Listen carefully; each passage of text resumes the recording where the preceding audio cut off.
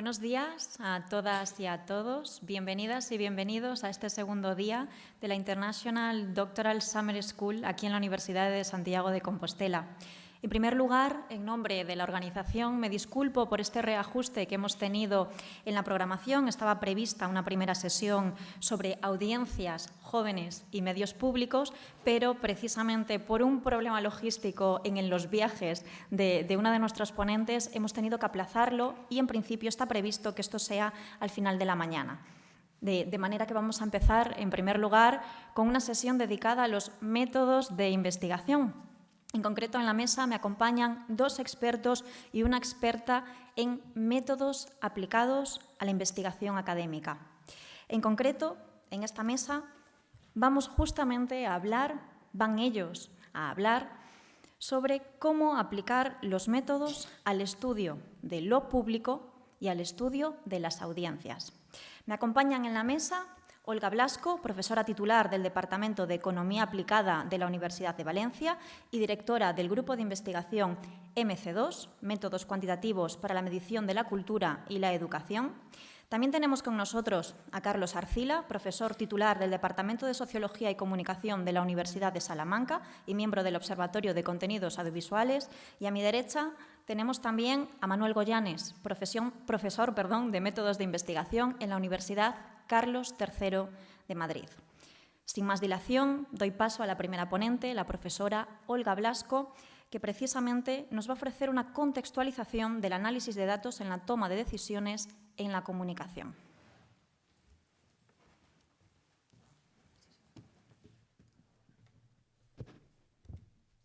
Bien, buenos días. Supongo que funciona. Antes de empezar, les he pedido, por favor, si me podían dejar dar la clase de pie, o sea, la exposición de pie. Lo que os voy a hacer es como una pequeña clase introductoria. Yo soy profesora del área de métodos cuantitativos para la economía y la empresa.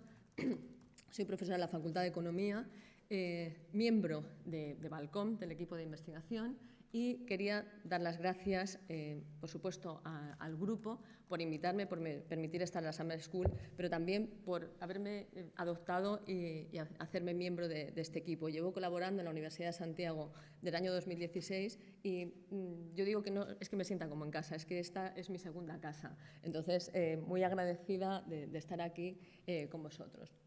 Sí que es verdad que cuando entro en el equipo de investigación es un poco raro porque yo soy economista de formación, soy doctora en economía y doy clase en la Facultad de Economía de estadística básica, de inferencia estadística, y ahora estoy desde hace unos años dando clase en un grado de ciencia de datos de métodos cuantitativos para la toma de decisiones. Creo que es importante, la toma de decisiones da igual en cualquier área. Si nos centramos en comunicación, creo que hay que contextualizar y hay que entender un poquito hacia dónde vamos y sobre todo de dónde partimos. Porque ayer lo decía el rector, estamos en una transformación digital, cada vez tenemos más cantidad de datos, tenemos que analizar datos, y si nosotros vamos a las páginas web nos podemos encontrar este tipo de cuestiones. La visualización de los datos, el tema de cómo visualizar los datos, que también doy otra asignatura en un grado de Business Intelligence Analytics que se llama Analítica Visual y Comunicación, cómo esos datos que nosotros analizamos los tenemos que comunicar. Y estas son páginas web, empezando por la derecha, que me ha dicho el profesor Goyanes que esto funcionaba, ¿vale? Empezando por la derecha, esta es el informe de la BBC, donde aparecen, ¿vale?, la confianza que tienen los británicos en este medio, la BBC, y nos aparece un gráfico. Pero si nos vamos al European Audiovisual Observatory, lo que vemos también son variables de qué tipo de televisión están consumiendo y si las televisiones son privadas o son públicas. Nos aparecen gráficos de quesitos, nos aparecen mapas. En el Media Monitor, en el Media Pluralism Monitor nos aparecen mapas de Europa, ¿vale?, donde se nos da con una especie de semaforización el riesgo, los niveles de independencia política en los países de la Unión Europea. Y si vamos a la radiotelevisión española, nos aparece que los informativos han tenido unas cotas de pantalla, un número de espectadores determinado, con unas cotas de mercado que nos dan en un porcentaje. Entonces, ¿qué es lo que pasa? Que estamos trabajando siempre con datos y cada vez más se requiere que tomemos decisiones en base a estos datos. Y eso es lo que nosotros tenemos que intentar. Con la transformación digital que se ha producido en los últimos años, lo que tenemos que hacer es implementar estrategias y tomar decisiones no sobre conjeturas, sino sobre hechos pasados. Tenemos que analizar cada vez más en las páginas web. Lo que nos dan es gran información de datos y tenemos que aprender a manejarla. Y eso es importante en cualquier área. Estamos hablando en comunicación, pero podemos hablar en cualquier área de conocimiento, ¿vale? ¿Por qué? Porque se hace necesario recopilar, analizar y verificar los datos. Tenemos que ver cómo se producen, cómo se consumen y cómo se divulgan estos datos. La transmisión y la visualización es importante. Nosotros tenemos que tomar decisiones y para eso, decisiones racionales. Para eso lo que tenemos que hacer es tener en cuenta qué es lo que ha ocurrido y qué es lo que queremos que ocurra, hacia dónde queremos ir. Nos queremos marcar el objetivo, ¿vale? Por tanto, ¿por qué vamos a basar la toma de decisiones en análisis de datos? Pues porque nos ayuda a anticipar posibles escenarios y nos permite tomar decisiones, ya os digo, no basadas en conjeturas, sino en hechos pasados. Claro, estamos hablando de datos, pero lo primero que tenemos que saber es qué es un dato. Si yo os preguntase qué es un dato, todos lo tenéis claro, porque parece que es algo obvio, pero no es tan obvio. Podemos hablar de datos, podemos hablar de información, podemos hablar de conocimiento y no es lo mismo. Cuando tomamos decisiones tenemos que tener claros algunos conceptos que vamos a ir desgranando, ¿vale? Entonces, hay una definición que dice que los datos son unidades de información que incluyen percepciones, números, observaciones, hechos, cifras, pero yo os puedo decir, no sé, ha habido 25 visitantes en una exposición. ¿Y eso es mucho o poco? Pues depende, ¿vale? O el número de telespectadores ha sido de 1 millón. ¿Es mucho o poco? Nosotros lo que tenemos que marcarnos es objetivos y tenemos que contextualizar. Tenemos que ver cuál es el público objetivo, a quién llega, ¿vale? Si es una televisión local, a lo mejor 1 millón es mucho. Si es una televisión nacional, 1 millón a lo mejor es poco. Entonces, lo que tenemos que tener claro es hacia dónde tenemos que ir y, sobre todo, contextualizar, ¿vale? ¿Por qué? Porque los datos en sí mismos no nos van a permitir tomar decisiones. Deben estar tratados para obtener información valiosa, ¿vale? Entonces, cuando los datos se convierten en información es cuando nos dan significado. Hay una pirámide que es conocida, que es la pirámide de Adcock, que a mí me encanta y que yo creo que es importante. ¿Por qué? Porque nosotros cuando hablamos de datos son elementos discontinuos que nos representan hechos. Pero al tratar los datos lo que hacemos es transformarlos en información. Nosotros los procesamos, los analizamos y una vez que tenemos la información, cuando nosotros tomamos las decisiones es cuando los transformamos en conocimiento y lo que nos dan es un valor añadido, ¿vale? Esa sabiduría de la que hablaba Adcock. Con lo cual, nosotros lo que tenemos que conseguir es los datos brutos que tenemos, transformarlos en conocimiento y ascender en esa pirámide. Bien, entonces, yo decía que lo que quería era centrar un poco de por qué es importante tomar decisiones en base al análisis de datos. ¿Y en qué consiste el análisis de datos? Pues la analítica de datos, que cada vez se habla muchísimo más, y hablamos de Big Data, se habla continuamente del Big Data, del análisis de datos, de la visualización de datos, pero tenemos que saber qué es y tenemos que saber cómo abordarlo y las herramientas que nos permiten analizarlo, ¿vale? Entonces, la analítica de datos es un proceso que nos permite examinar, limpiar, es importantísimo, los datos están brutos y hay que hacer una limpieza y da igual que sean en unas encuestas, que sean extraídos de una página web o que sean de cualquier sitio. La limpieza es importantísimo, la transformación y la modelización. Yo puedo modelizar, ¿vale?, con modelos matemáticos, modelos teóricos, para encontrar patrones, tendencias y sobre todo que los datos sean útiles, ¿vale? Entonces, lo que tenemos que hacer es descubrir información que sea significativa para tomar decisiones. Y dentro del análisis de datos, nosotros tenemos dos tipos de análisis de datos, una analítica de datos que sea exploratoria y otra confirmatoria. Cuando nosotros tenemos datos brutos y queremos buscar patrones, lo que hacemos es explorar, analizamos los datos y vamos intentando buscar patrones. Esa es la parte de exploración. Si yo tengo una teoría y quiero ratificar la teoría con datos, lo que tengo es un análisis de datos confirmatorio. Entonces, sí que hay que diferenciar entre esos tipos de datos, ¿vale? Fundamentalmente, yo lo que hago es exploración, análisis exploratorio, habitualmente, ¿vale? Y luego, sí que es verdad que la analítica de datos también tiene como 3 grandes ramas. Podemos hacer un análisis de datos descriptivo, un análisis de datos predictivo y prescriptivo. Cada vez más, debido a la gran cantidad de datos, al gran volumen de datos que tenemos con la transformación digital, se está haciendo cada vez más análisis prospectivo, ¿vale? El análisis descriptivo es el más básico y en función de cuál sea el análisis, las herramientas estadísticas que vamos a utilizar van a ser unas u otras, ¿vale? Que son las que aparecen aquí, así a grandes rasgos. No me voy a entrar porque cada una de ellas son cursos, cuatrimestres o años que podríamos dedicar, ¿vale? Pero en principio, cuando nosotros queremos describir un hecho, que es lo que habitualmente aparece, lo que yo os he puesto en las páginas web eran análisis descriptivos. Lo que nos dan son mapas, es un conteo, son medidas de posición, ¿vale? Medias, medianas, esos conceptos básicos que cualquier estudiante que está aquí ha tenido que ver, aunque sea poquito. No me creo que no hayáis visto ninguno, ¿vale? Aunque sea poquito. Entonces, el análisis descriptivo lo que utiliza es la estadística descriptiva. En la predictiva, fundamentalmente, lo que trabajamos son con inferencia estadística y el análisis prescriptivo en cuanto a términos estadísticos con Machine Learning, pero sí que es verdad que luego hay simulación, hay heurísticas, es decir, hay una parte de métodos cuantitativos que va más allá de ello, análisis multicriterios, simulaciones, heurísticas, análisis de gráficos, etcétera, etcétera, que nos ayudan en la toma de decisiones, ¿vale? Entonces, yo he hecho aquí un esquema un poco de qué estudia cada uno, con una definición pequeñita y muy básica de qué es cada cosa. Teniendo en cuenta que, claro, la estadística es una ciencia que nos va a ayudar a analizar esa información y a tomar decisiones cuando trabajamos con incertidumbre. Entonces, evidentemente, si nosotros trabajamos con incertidumbre, no podemos decir al 100% que algo va a pasar. Estamos trabajando siempre en términos de probabilidad, ¿vale? Bien, entonces, vamos a ver cada parte así un poco rápidamente, ¿vale? Teniendo en cuenta que la estadística descriptiva lo que hace es que recoge información, descripción, analiza los datos y lo que hacemos es utilizar métodos numéricos y métodos gráficos. La estadística descriptiva, ya Confucio hablaba de ella y los romanos hacían censos, es decir, que se lleva haciendo toda la vida el conteo.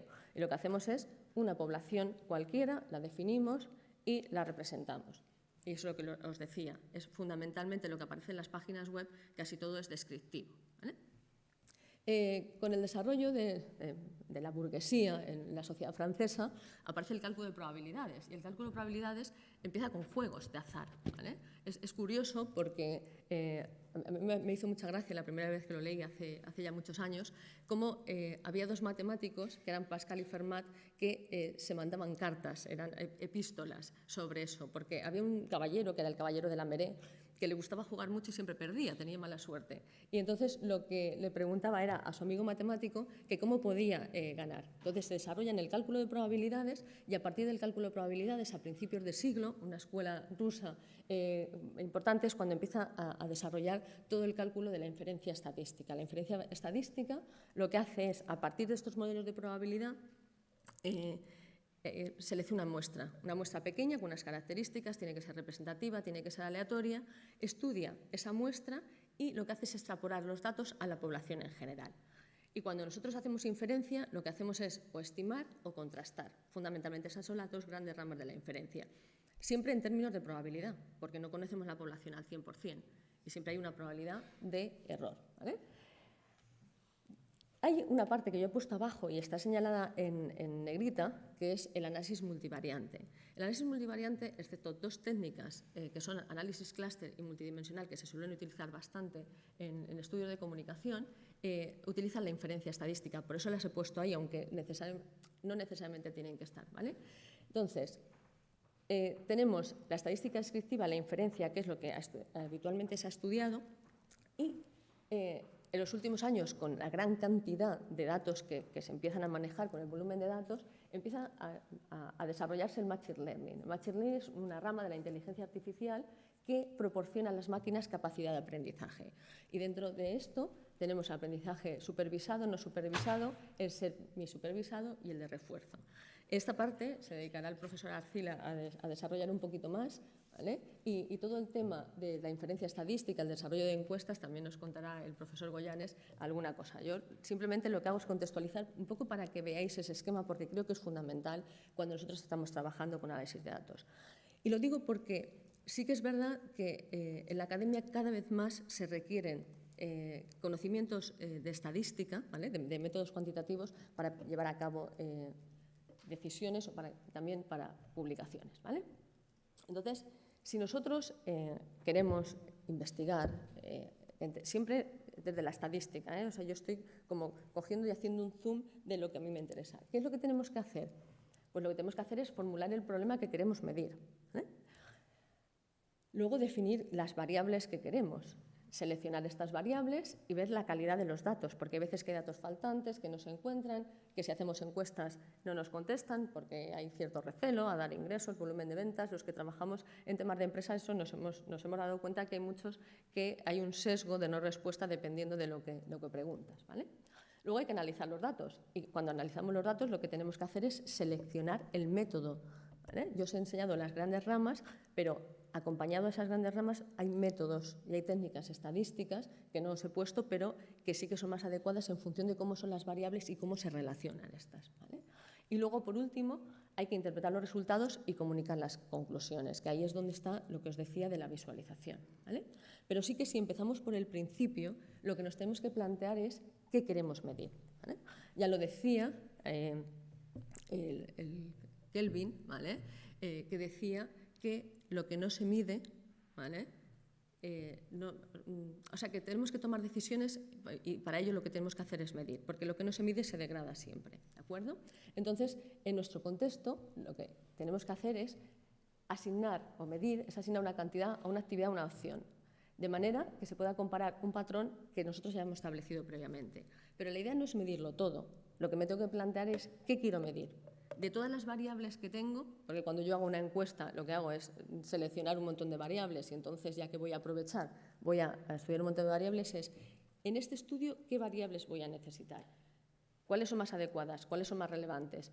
Tengo que reflejar siempre cuál es la magnitud y ver si son fáciles de obtener, porque yo a lo mejor a nivel teórico quiero, tener unas variables maravillosas y me doy cuenta que luego en la realidad no son fáciles de conseguir, ¿vale? Es muy complicado lo de saber qué variables vamos a seleccionar. Entonces, claro, estamos hablando de datos, estamos hablando de variables, pero ahora tenemos que saber qué es una variable, igual que pasaba con los datos. Entonces, hay conceptos básicos que yo creo que son importantes y que se deben conocer, ¿vale? Entonces, antes de definir lo que es una variable, vamos a ver qué es un dato en términos estadísticos. Antes lo que hemos visto era qué eran los datos, pero cuando yo hablo de estadística básica, un dato estadístico es un par formado por su individuo y una característica. Yo siempre pongo el ejemplo que es más fácil, el individuo y su edad. Si a cada uno de vosotros yo os pregunto la edad, lo que tengo es un dato estadístico. ¿Por qué? Porque lo que estoy estudiando es la edad. Y la edad de cada uno de vosotros es diferente, con lo cual yo al final lo que tengo es un listado de individuos y unos datos para cada uno de vosotros. Entonces, cuando yo tengo un dominio de la variable, si yo preguntase la edad de los asistentes a este doctoral, pues sería desde 21 años, que es cuando se terminan los grados, hasta pues, cuando uno tiene 90 años. Uno puede hacer el doctorado en cualquier momento de su vida, ¿vale? Entonces, ¿qué es lo que pasa? Que cuando yo tengo un conjunto de datos y unas características con un dominio, ¿vale? Un dominio o un rango, lo que tengo definida es una variable estadística. Entonces, una variable es una característica que puede tomar cualquier modalidad o conjunto determinado o dominio de la variable, ¿de acuerdo? Entonces, si nosotros queremos analizar datos, tengo que seleccionar qué variable quiero y a partir de esas variables, ¿qué es lo que tengo que hacer? Lo que tengo que hacer es ver cómo es la variable para ver qué análisis de datos tengo que hacer. Digamos que he empezado un poco, a lo mejor al revés de lo que haría en un curso, un cuatrimestre, pero sí que intentando relacionarlo a lo mejor un poco al revés. Entonces, ¿qué es lo que pasa? Que habitualmente en comunicación lo que se hacen son estudios cualitativos. ¿Por qué? Porque se trabaja con variables categóricas. Son variables cuyas respuestas pertenecen a un grupo. Si yo pregunto el color del pelo, uno lo puede tener negro, o lo puede tener rubio, o lo puede tener castaño o pelirrojo. Son categorías, ¿vale? No establezco ningún orden ni nada. Y luego puedo tener variables numéricas. Yo tengo un sesgo, yo soy de métodos cuantitativos, entonces yo suelo trabajar, casi siempre hago análisis cuantitativos. Sí que es verdad que con el desarrollo hay ciertas técnicas que están un poco entre lo cualitativo y lo cuantitativo, cada vez se están estudiando más, incluso hay técnicas cuantitativas que tienen casi el símil en el machine learning, ¿vale? Entonces, que se van adaptando, hay una mezcla, ¿vale? Entonces, las variables numéricas son aquellas que se pueden medir y dentro de las variables numéricas tenemos dos, que son las variables discretas y las variables continuas. Las variables discretas, yo siempre le digo a mis alumnos cuando empiezo primero, de una variable discreta es el número de hijos. Digo, y a veces vuestra madre cuando se enfada dice que valéis por 1,5. Digo, pero no, uno o no tiene hijos o tiene 1 o tiene 2, no tiene 2 hijos y medio, ¿vale? En general. Pues una variable discreta. Cuando nosotros utilizamos un instrumento de medida, ya sea la presión, ya sea la altura, el peso, lo que tenemos es una variable continua. ¿Por qué? Porque al menos teóricamente entre un valor y otro existen infinitos valores, ¿vale? La edad es un ejemplo claro de una variable continua, porque cada vez que va pasando el tiempo, nosotros vamos envejeciendo. ¿Qué es lo que pasa? Que cuando trabajamos, lo que hacemos muchas veces es discretizar la variable continua, porque nos interesa, porque es más fácil. Yo no, cuando pregunto a alguien por la edad, me dice, pues tengo 25, tengo 33. No me dice, tengo 33 años, 25 días, no sé cuántas horas, minutos, ¿vale? Entonces, sí que es verdad que aunque está esa distinción, luego nosotros trabajamos, al menos en sociales, ¿vale? Discretizando muchas variables continuas porque es mucho más fácil. Hay otro tipo de variables, otro tipo de clasificación, ¿vale? Que sería variables cualitativas, que son aquellas que no se pueden medir, y muchos de vosotros a lo mejor habéis hecho estudios cualitativos.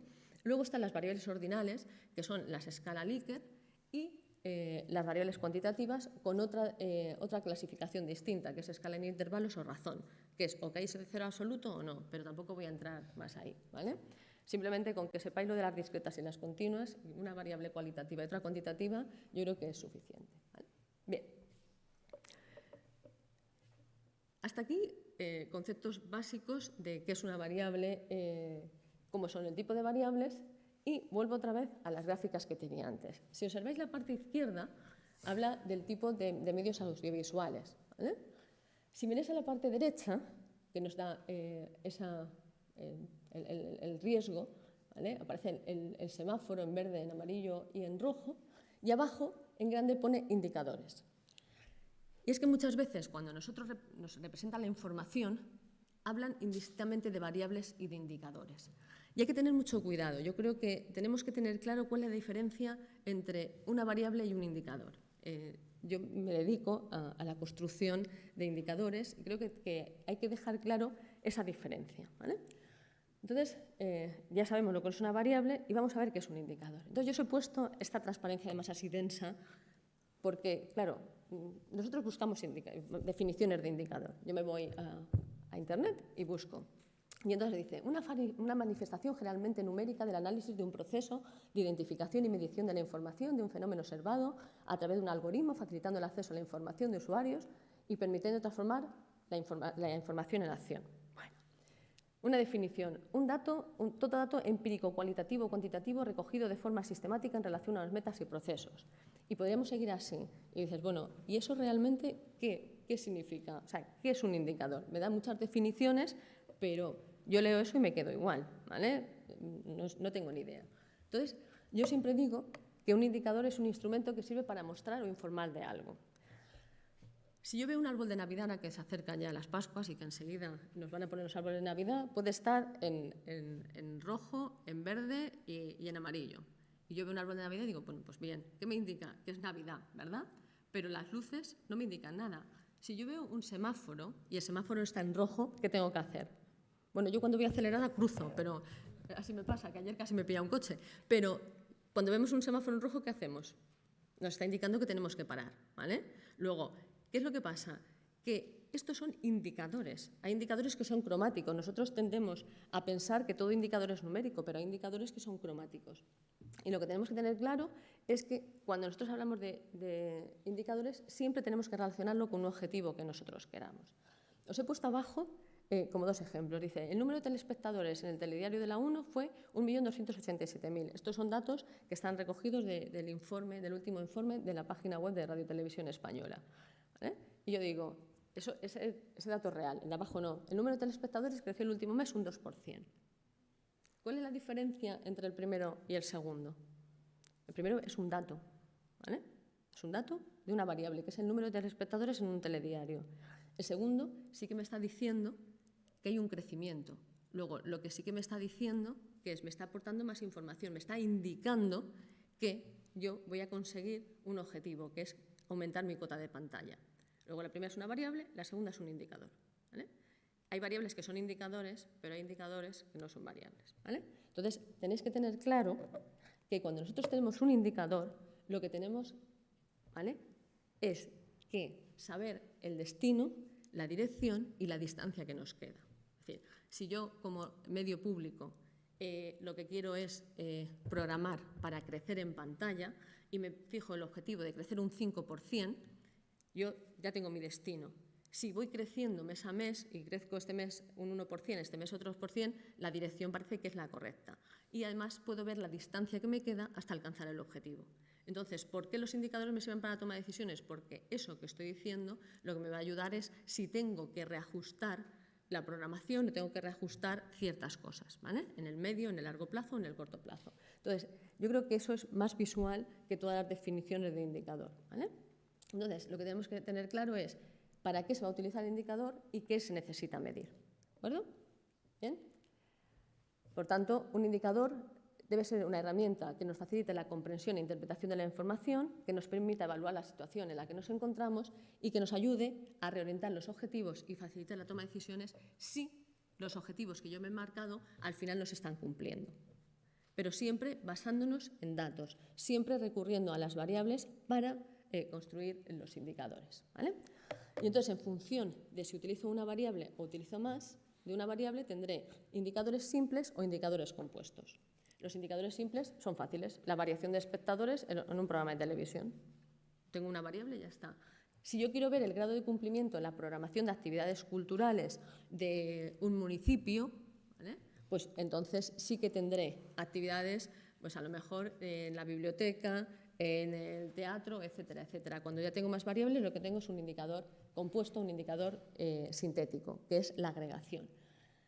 Claro, lo difícil es construir indicadores compuestos. Eso es lo más difícil. ¿Por qué?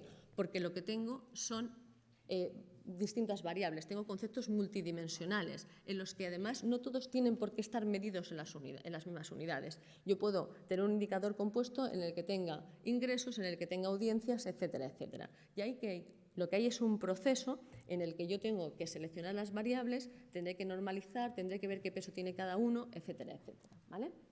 Entonces,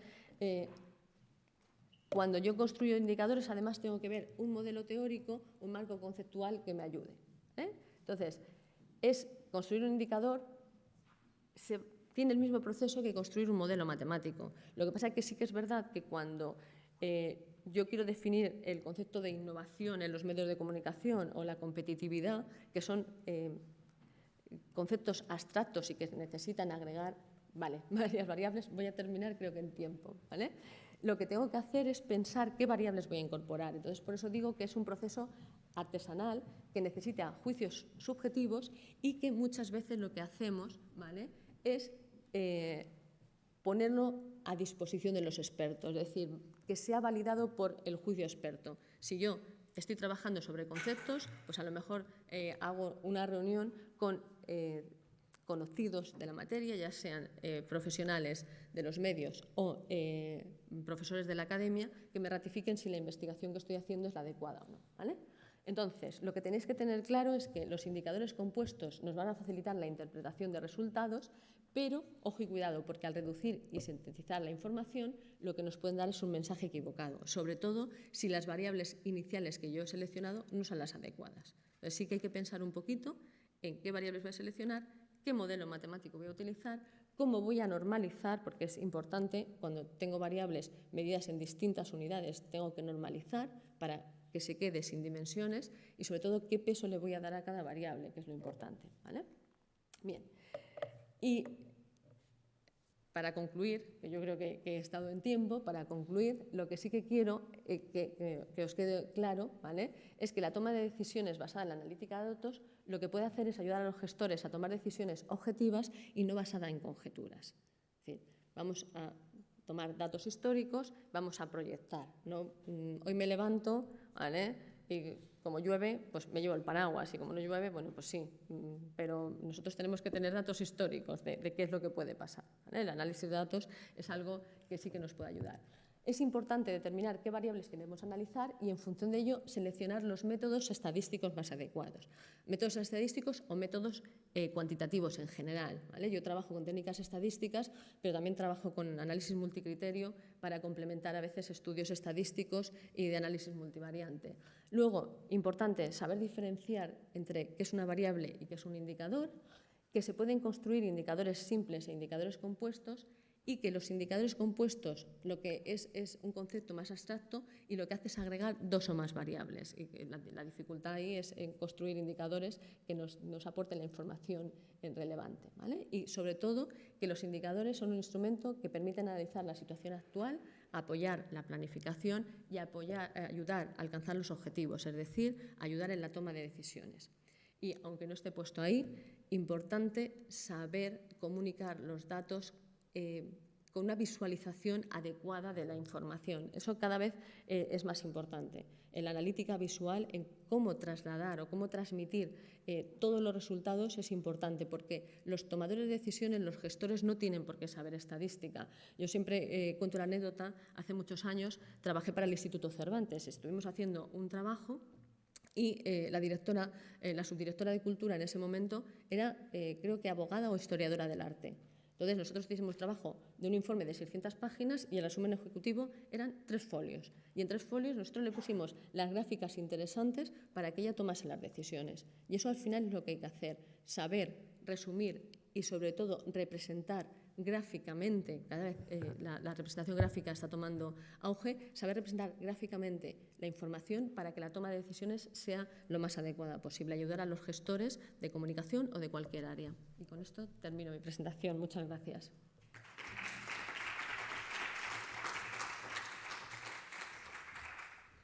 Muchísimas gracias, Olga.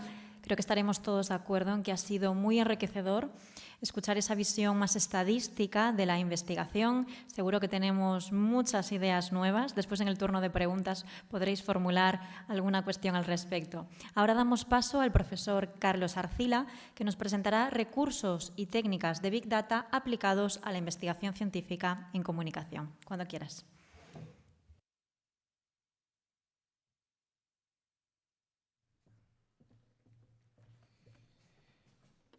Bueno, muchísimas gracias a los organizadores por la mesa tan interesante y a Olga por esta contextualización sobre el análisis cuantitativo en comunicación y cómo se puede aplicar a nuestra área.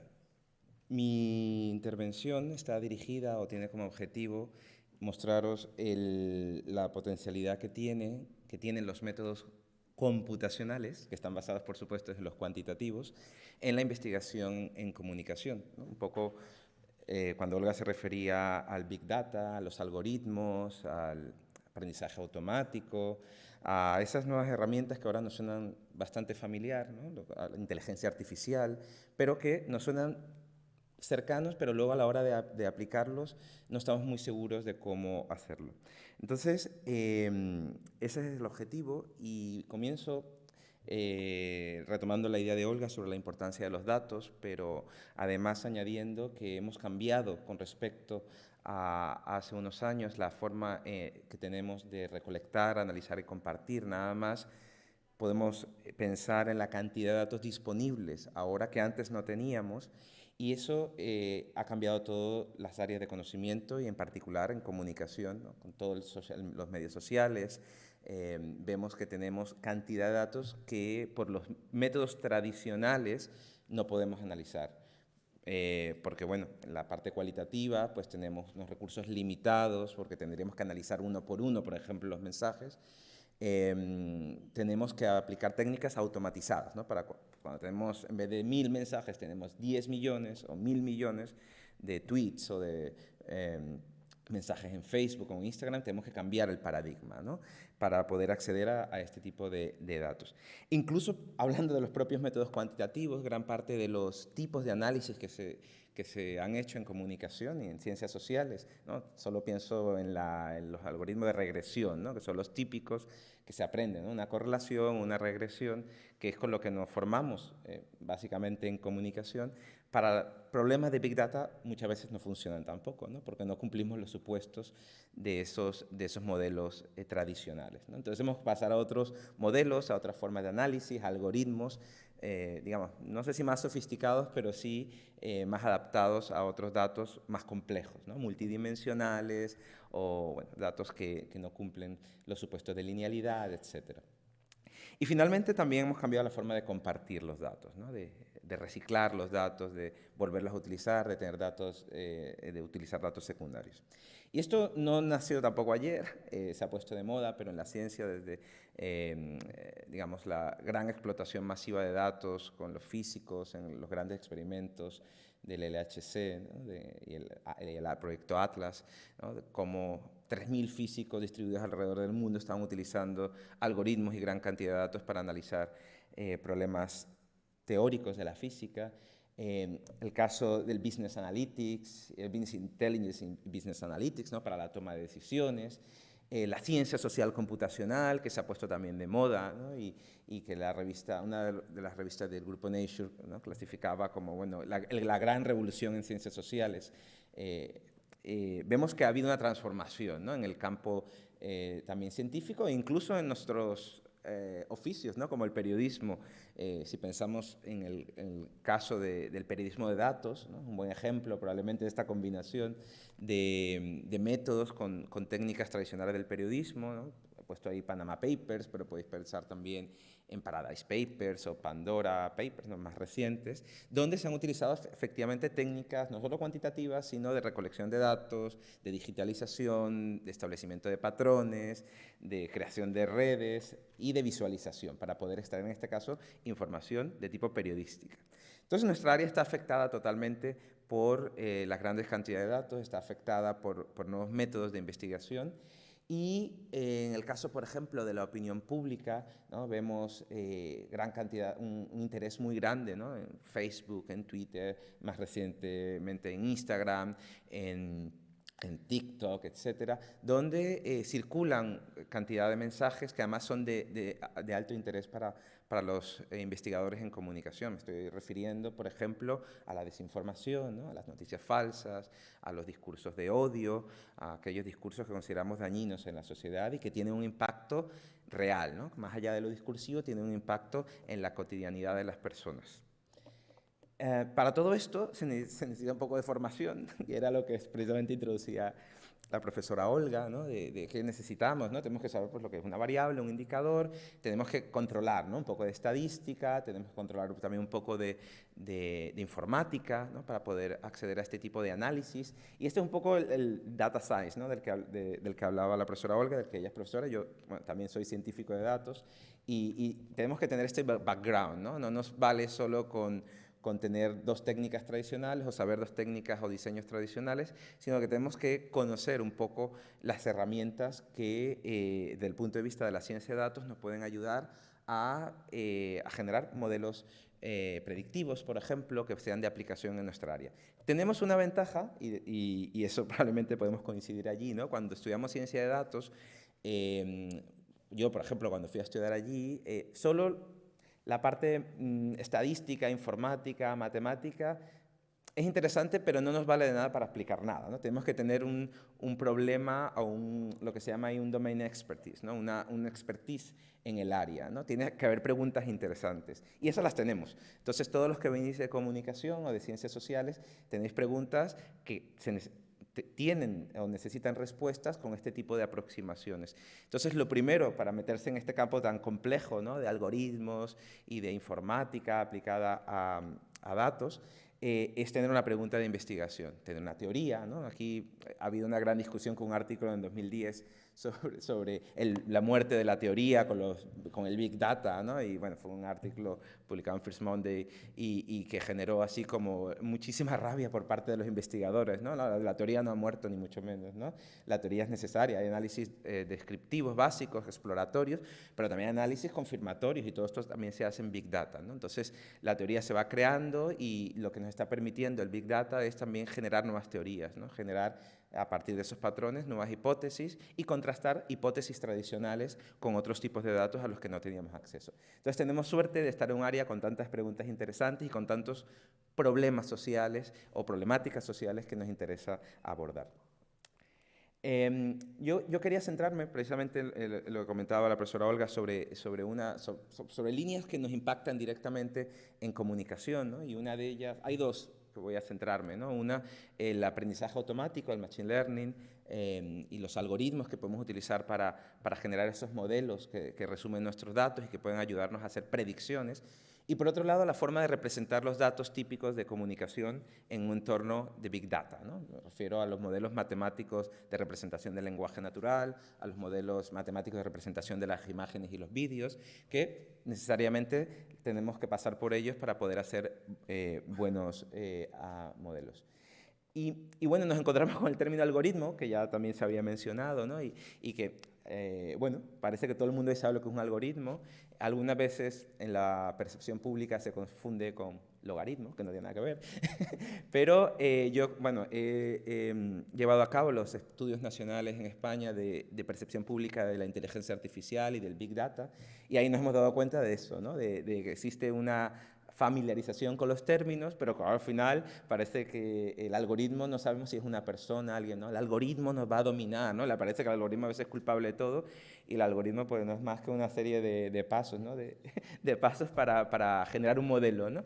Entonces, si nosotros conocemos esos pasos y conocemos cómo se generan los modelos, pues le dejamos de tener miedo al algoritmo, es lo primero, ¿no? Y nos parece que el algoritmo no nos va a comer ni nos va a quitar los trabajos, nos va a invadir la vida privada, etc. Por supuesto que hay cosas que es parte de otra charla, ¿no? Sobre la seguridad de los datos, etcétera, y los sesgos en los algoritmos que, bueno, que son preocupantes, pero que desde el punto de vista de la técnica, pues un algoritmo nos ayuda simplemente a resumir, ¿no? Una serie de datos con unas reglas que también tienen sus sesgos, por supuesto, y nos generan un modelo para poder hacer predicciones. Y eso es lo que hacíamos en las regresiones de toda la vida, ¿no? Simplemente una serie de factores, ¿no? Que tienen unos pesos, unos coeficientes, que me permiten explicar una variable o varias variables dependientes, ¿no? Los algoritmos más nuevos que vamos a ir viendo, ¿no? Como todos estos, o bueno, que se han puesto de moda, que ya existían, todos estos que estoy poniendo aquí son representaciones gráficas de diferentes tipos de algoritmos, lo que nos ayudan a hacer esto mismo, pero a veces de otra forma, es decir, con menos, por ejemplo, interpretabilidad.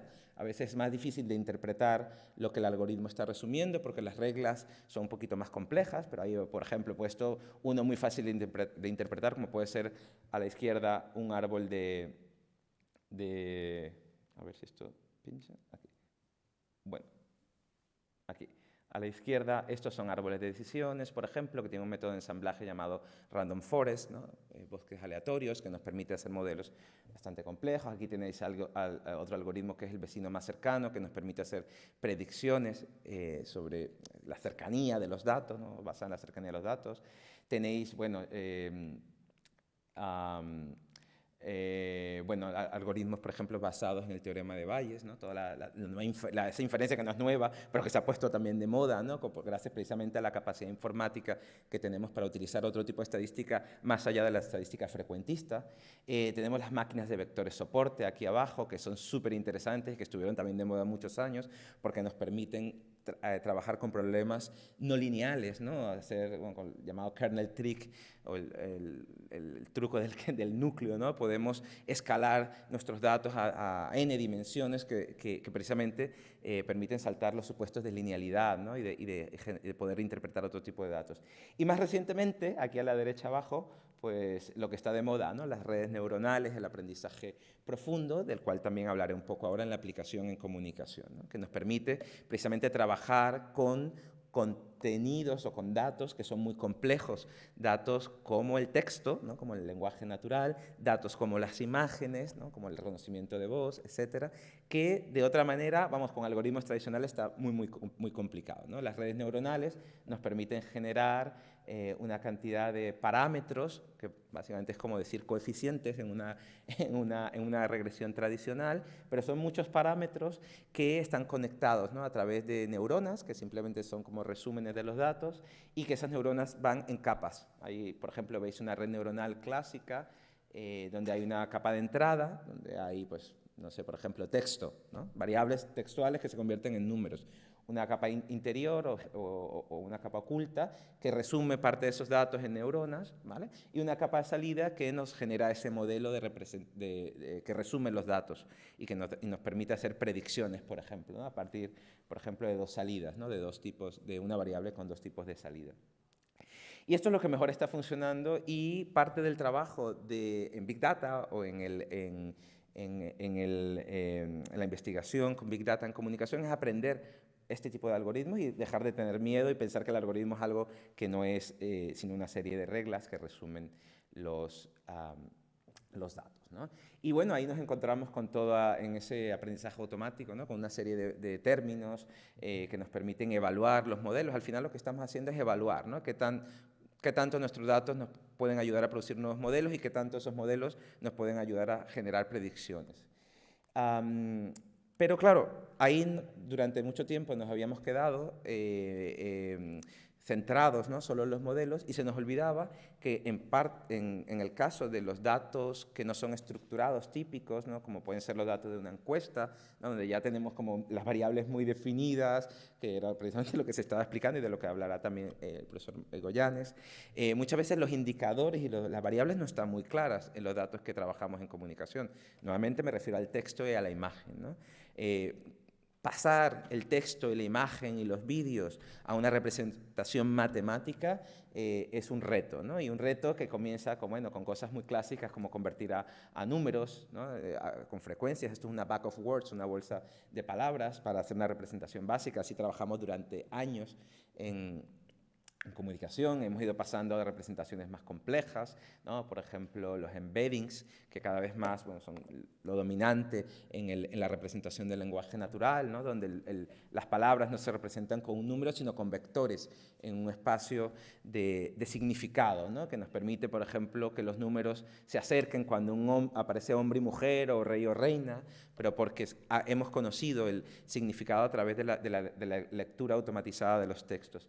Y más recientemente, y esto es lo que es el cutting edge, ¿no?, el estado del arte, y con esto os encontraréis lo que vais a trabajar en clasificación de textos o en análisis de textos, con modelos grandes modelos de lenguaje natural, ¿no? Y el más típico es el BERT, ¿no?, creado por Google, que ha sido puesto a disposición de la comunidad de investigadores, pero tenéis otros modelos que desarrollados por Facebook y otro que os sonará bastante, que es el de OpenAI, ¿no?, el conocido ChatGPT, ¿no? Precisamente es uno de los modelos de representación del lenguaje natural que nos permite hacer predicciones, ¿no?, traducciones, predicciones sobre cuál es la palabra o la frase que viene después de un conjunto de oraciones, ¿no? Entonces, hemos visto la aplicación en el mercado, la aplicación en la vida cotidiana, y vemos que está funcionando bastante bien, ¿no? Lo mismo pasa con las imágenes, la representación de las imágenes. Esto es un poquito más fácil porque las imágenes digitales ya vienen en píxeles casi todas, y podemos también hacer representaciones, y eso nos permite, tanto en texto como en imágenes, hacer algo que llamamos clasificación, ¿no?, localización de entidades, y por ejemplo en imágenes podemos hacer clasificación con algoritmos tradicionales, pero sobre todo con algoritmos basados en aprendizaje profundo, ¿no?, en redes preentrenadas, como las redes neuronales convolucionales, que nos permite hacer una de las mejores predicciones en imágenes, ¿no?, como por ejemplo localizar objetos, y después de la localización una clasificación, ¿no? Puede hacer una predicción de qué hay en una imagen o un audiovisual, ¿no? Aquí tenéis un ejemplo, no sé si va a verse, es un pequeño vídeo que no se ve, pero sí, a ver si...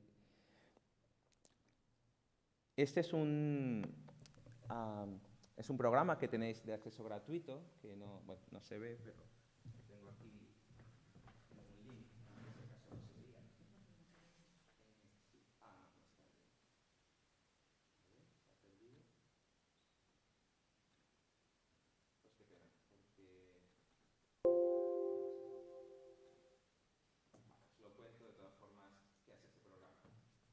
Este programa que nosotros encontramos con varias técnicas, etcétera, que nos permite simplemente localizar en un vídeo, por ejemplo, tenemos los que analizamos audiovisuales, ¿no? Que queremos analizar no una película, sino 300 películas o 20.000 telediarios, por ejemplo, ¿no? Nos permite hacer localizaciones de objetos dentro del audiovisual. Entonces sabemos si hay una persona, si hay un coche, si hay un perro, ¿no? Es el problema clásico de clasificación en imágenes, ¿no?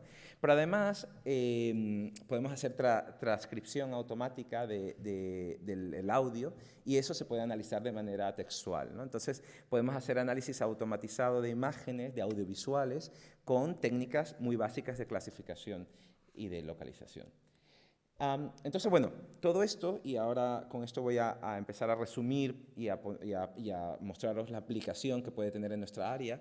Todos estos métodos que empiezan con la recolección de datos, ¿no? Por ejemplo, yo estoy trabajando con social listening, con la escucha social, y cómo los datos que vienen de redes sociales nos pueden ayudar a tener una idea sobre, ¿no? lo que llamamos narrowcasting o forecasting, ¿no? Qué es lo que está pasando en la realidad e incluso qué es lo que va a pasar en el futuro, ¿no?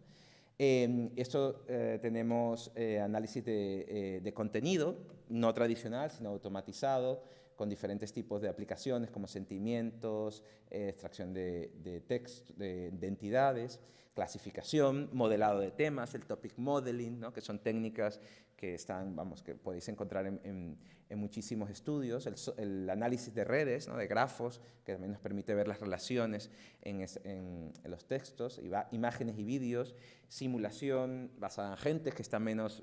es menos frecuente en comunicación, pero que también se está usando, y analítica predictiva para los que trabajáis, por ejemplo, con encuestas, ¿no? Que nos permite conocer o nos permite saber o modelar los datos de encuesta más allá, ¿no? de la inferencia típica que hacemos, sino nos permite hacer predicciones sobre aquello que tenemos en datos estructurados. Y, por supuesto, la visualización de datos de la que ya se hablaba. Esto, que parece muy lejano muchas veces de la teoría, muchas veces podemos llevarlo a nuestros problemas teóricos tradicionales, ¿no? Por ejemplo, análisis de temas, ¿no? El topic modeling, ¿para qué nos sirve? Bueno, primer nivel de agenda, ¿no? ¿Cuáles son los temas que están en los medios de comunicación? ¿Cuáles son los atributos, los sentimientos, ¿no? El tono del lenguaje? Segundo nivel de agenda.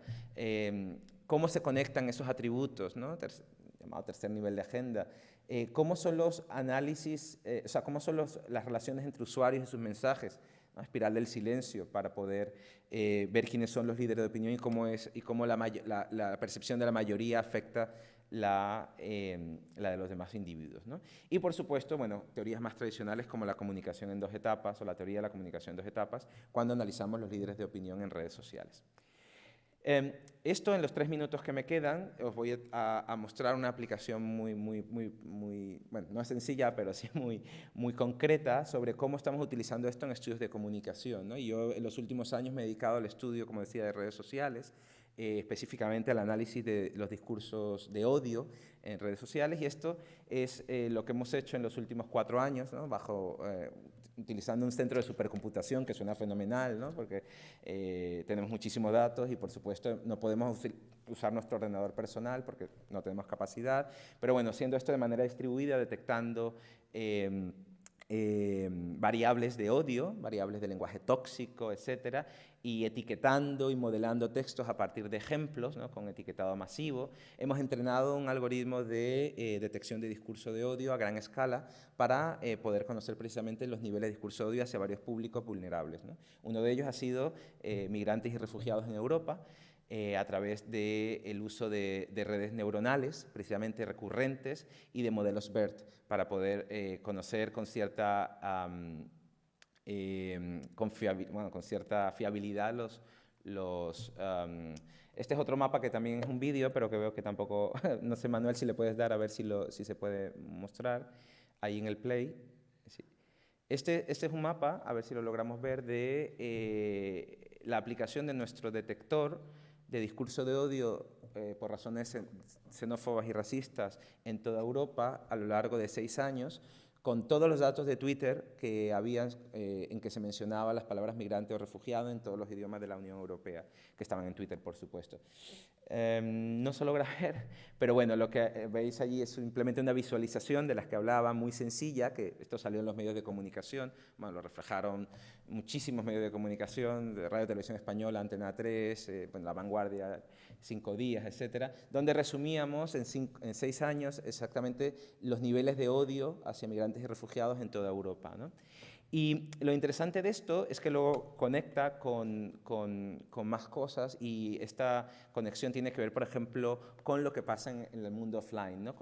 Podemos conectar el hate speech, ¿no? El discurso de odio, también con los crímenes de odio. Y gracias a eso la Policía Nacional se interesó por nuestros datos y llegamos a un acuerdo con ellos. Llevamos trabajando 1 año y medio ya con datos, en este caso son confidenciales, de la Policía Nacional, de la Oficina Nacional de Delitos de Odio, para utilizar los datos que habíamos obtenido de redes sociales para modelar, por ejemplo, lo que pasaba con las denuncias por agresiones xenófobas o racistas en toda España. Bueno, en toda España no, porque no tenemos datos del País Vasco y de Cataluña, porque bueno, pero el resto de España lo tenemos modelado, y esto simplemente, y con esto termino, es un modelo de predicción en el que hemos relacionado los datos de redes sociales, el discurso de odio, con nuestro detector y otras variables más de otros detectores, como el detector de Perspective de Google sobre el lenguaje tóxico.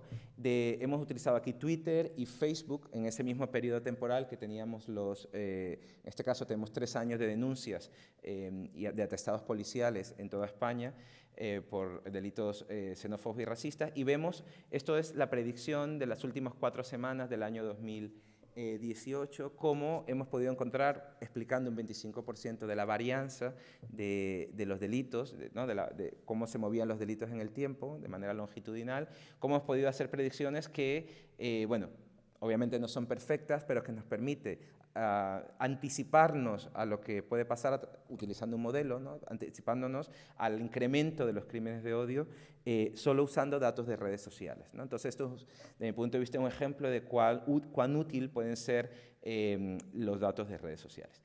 Y con esto termino. Aquí tenéis material de fuentes de investigación. Tenéis una sección en la ICA, en la International Communication Association, sobre métodos computacionales. También la tenemos en la Asociación Española sobre Big Data en comunicación, en la LAIC, etc. Y bueno, como estoy vendiendo mi libro, ahí tenéis también mi libro sobre este tema, donde podéis utilizar todos estos métodos con lenguaje Python y R. Todo está, es un libro práctico, digo vendiendo, pero es mentira, está libre, es open access en internet, y ahí tenéis todos estos métodos explicados con muchísimo más detalle. Muchas gracias.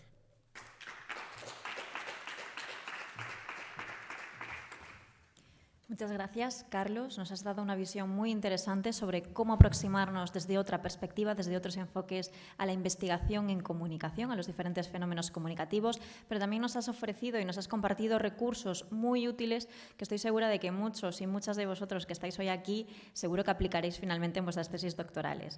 Bien, ahora es el turno de nuestro último ponente, el profesor Manuel Goyanes, con quien profundizaremos en el empleo de encuestas para investigar expectativas, percepciones, pero también comportamientos del público. Cuando quieras. Hola. Sí. No sé si se me oye. Sí. Sí. Bueno. Pues muchas gracias a los organizadores por la invitación. La verdad es que siempre un honor estar aquí en Santiago. Lo que voy a explicar, que así suena un poco rimbombante, pero es bastante simple. Es ver cómo, tratar de detectar causa y efecto, hacer una inferencia, ¿no?, causal, y ver cómo pues, una causa X afecta a otra causa Y en el tiempo, ¿vale? Un mes o 2 meses después, o depende del time frame, del gap que queremos estudiar. Lo que haré es básicamente hacer una explicación de lo que hemos hecho para este proyecto, Balcom, y agradecer también a Marta, a Zara, a Bea y a Marcela por la colaboración en hacer esta encuesta, y sobre todo a los IPs por la financiación, que sin eso tampoco podríamos hacerlo. Se trata de una encuesta para los estándares en el campo bastante robusta, de 2 oleadas, separadas con un mes en el tiempo. De ahí el temporal order effects que queremos estudiar, ¿vale? De diferentes actitudes, percepciones y comportamientos relacionadas con la política, relacionadas con percepciones en general de inteligencia artificial, percepciones de la public service media, etcétera, etcétera. Tenemos bastantes constructos. Antes de nada, sí que me gustaría empezar diciendo, conectando con lo que dijo Olga al principio.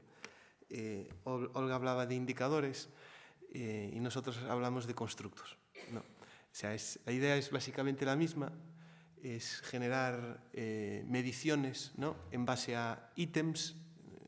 Nosotros llamamos ítems, Olga no sé cómo lo llamará, no sé cómo lo llamará Carlos tampoco. Sí, features, o no sé, hay distintas variables, o sea, hay muchísimas formas de llamarlo. En este ejemplo le llamamos constructo, luego en modelos de ecuaciones estructurales se llaman variables latentes, o sea, hay bastantes formas de llamarlo. Entonces, el mapa que os quiero enseñar y compartir también con vosotros es el diseño de la encuesta y cómo partimos desde la creación de modelos teóricos a priori, ¿vale?, para luego el diseño de constructos y luego el procesamiento de los datos y explotación en cualquier pues programa que se os ocurra. SPSS, yo los cargué hoy en SPSS, pero se pueden cargar en cualquier otro programa, en R, en Stata, en Stagraphics, en cualquier otro. Y luego os enseñaré pues 2 ejemplos de artículos ya para que lo, digamos, pasarlo de la abstracción un poco a más tangible. Incluso os cargaré el SPSS para que veamos cómo son esos datos y cómo se trabaja con ellos. Entonces, este es el mapa que os quiero presentar. Bien, el diseño de una encuesta. ¿De dónde se empieza? Primero, obviamente, del dinero que tengamos.